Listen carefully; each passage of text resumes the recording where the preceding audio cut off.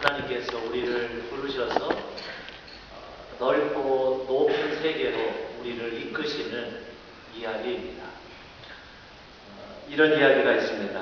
우리 교회와 관련된 이야기인데, 우리 교회 역사를 보면 40여 년 전에 우리 교회가 처음 생겼을 때 비버지 목사님께서 우리 교회를 세우시고 제일 첫 번째로 목회하신 분이 정대위 목사님이시지요. 한 6개월에서 1년 짧게 목회하시고 오타와 칼튼 대학에 가셔서 종교학 교수로 부임하셨습니다. 근데 이 정대위 목사님의 아버님이 정재면 목사님이신데, 이분과 관련되어 독립운동과 관련된 이런 일화가 있습니다. 나라가 기울기 시작한 1899년 함경북도 무관 출신인 김약연 선생이 25세대 142명을 이끌고 두만강을 건너 북간도에 정착해서 농사를 짓습니다. 독립운동을 위해서, 그리고 자녀 교육을 위해서 그런 결정을 합니다. 땅 중에 10분의 1을 학전이라고 해서 따로 떼어서 후손들을 위한 교육에 쓰기로 결정을 합니다. 처음에는 명동학교, 명동, 동쪽 조선을 밝힌다, 그런 이름의 유교 학교를 세웠지만 곧 서양 학문의 필요성을 느끼고 교사를 찾다가 평양 숭실학교를 졸업한 젊은 정재면 선생이 북간도에 있다는 소식을 듣고 그에게 교사를 맡아줄 것을 부탁합니다. 그러자 이 젊은 선생은 만약 나에게 교실에서 학생들에게 정규 과목으로 성경을 가르치는 것을 허락하면 내가 교사를 맡겠다고 말을 합니다. 마을 어른들이 3일간 모여서 토론을 합니다. 그리고는 유교를 넘어서 신학문과 기독교를 배우는 것이 좋겠다 하는 결정을 내립니다. 근데 또 얼마 지나지 않아 선생은 여기에 만족하지 않고 명동촌 사람들에게 기왕이면 우리가 교회를 세웁시다, 그런 제안을 합니다. 또 마을 사람들이 또 모여서 또 토론을 합니다. 제사보다는 교육이 먼저이다 하는 생각 끝에, 그리고 주변에 있는 캐나다 선교사님들의 도움을 받아서 선생의 제안을 받아들여 명동교회를 세우게 됩니다. 이 명동학교, 명동교회에서 나중에 강원영, 문익환, 문동환, 안병모, 안중근, 윤동주 같은 민족의 지도자를 길러내는 묘람이 되었습니다. 또 이런 이야기가 있습니다. 정재면 선생이 와서 보니까 아직 유교 문화권이라 여자들이 집안에만 있는 겁니다. 그래서 여자들을 집안에 가둬두고서 어떻게 일본을 이길 수 있겠습니까? 그래서 여자들을 남자와 동등하게 대합시다, 이렇게 주장을 합니다. 가만 보니까 여자들에게 이름이 없는 겁니다. 그래서 우리는 주님 안에서 다 한 자녀이니까 가운데 자를, 믿을 신자를 거기다가 집어넣고, 그 다음에 앞에 자하고 뒤에 자는 아버지나 오빠 이름에서 한 글자씩 따서 신자 이름으로 이름을 지어줍시다, 이렇게 제안을 해서 가운데 신자 이름 가진 사람이 50명이 되었다, 이런 기록이 있습니다. 이렇게 여자들에게 이름을 지어주고 신자 돌림이 되니까 모두가 다 한 가족이 되었습니다.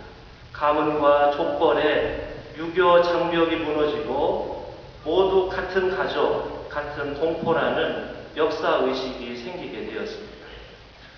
이 정재면 선생은 본래 이동희, 안창호, 김구, 전덕기 등과 함께 신민회에서 독립운동을 하다가 북간도의 망명촌 기지건설과 민족교육을 위해 파송된 인물이었습니다.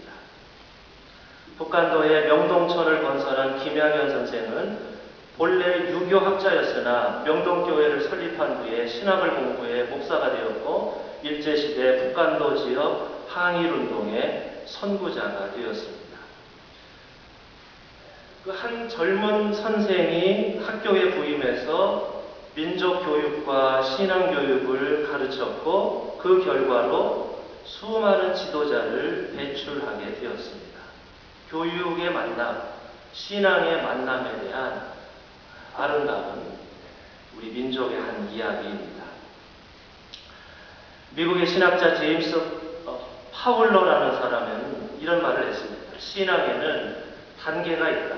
사람이 나이를 먹고 성장하면서 신앙생활도 성장하게 되는데 점점 신앙이 깊어지면서 대략 이런 한 6단계의 신앙 단계가 있다. 그런 말을 했습니다. 1단계는 유치원 때 발생하는데 아주 초보적인 신앙, 눈에 보이는 것을 그냥 무조건 다 받아들이는 단계가 1단계 신앙이고, 2단계는 아동기 때 발생하는데 문자 신앙, 그래서 어떤 눈에 보이는 특히 글, 문자를 그냥 문자를 그대로 받아들이는 단계가 2단계 신앙입니다. 3단계 신앙은 청소년기에 발생하는데 자기에게 영향을 주는 사람, 인물, 선생, 친구, TV, 미디어 이런 것에 자기에게 영향을 주는 사람을 통해서 세상을 배우고 신앙을 배우는 단계를 3단계 신앙이라고 합니다. 4단계 신앙은 이제 청년 때 발생하는데 이때부터 자기가 그동안 배운 신앙에 대해서 고민하고 의심하고 비판하고 성찰하고 검토하는 단계, 자신의 신앙에 대해서 이상과 현실에 대해서 눈을 뜨고 그 신앙에 대해서 진지하게 고민하는 단계가 4단계 청년기 때의 신앙이다. 그런 말을 했습니다. 그리고 이제 5단계에 접어들면 장년기의 신앙인데 이때는 전통이나 성서나 관습이나 이념을 무조건적으로 받아들이는 것이 아니라 모든 신앙을 부분적으로 받아들이고 어느 한쪽에 치우치지 않고 서로 다른 사상이나 신앙을 서로 보완하는 단계, 이것이 이제 5단계 신앙이다. 그런 말을 했습니다. 그리고 그런 말하기를 마지막 6단계의 신앙은 아주 드문 경우인데 성인의 단계, 우주적인 신앙의 단계, 모든 것을 조화롭게 수용하고 헌신하고 그런 단계, 6단계의 신앙이 있다. 이 제임스 파울러는 그런 말을 했습니다. 모든 사람이 우주적인 신앙에 도달하는 것은 아니고 그 전 단계에 머무르는 사람도 있다 하는 그런 말을 했습니다. 우리가 신앙생활을 할 때 처음 신앙생활을 하다 보면 왜 신앙생활을 하느냐, 어떤 두려움 때문에 신앙생활하는 단계가 있습니다. 어떤 두려움, 미래에 대한 두려움, 죽음에 대한 두려움 때문에 신앙생활하는 단계가 있고, 또 어떤 경우에는 내가 어떤 복을 받기 위해서 신앙생활하는 그런 단계가 있습니다. 그런 단계를 우리가 거치는 것은 당연합니다.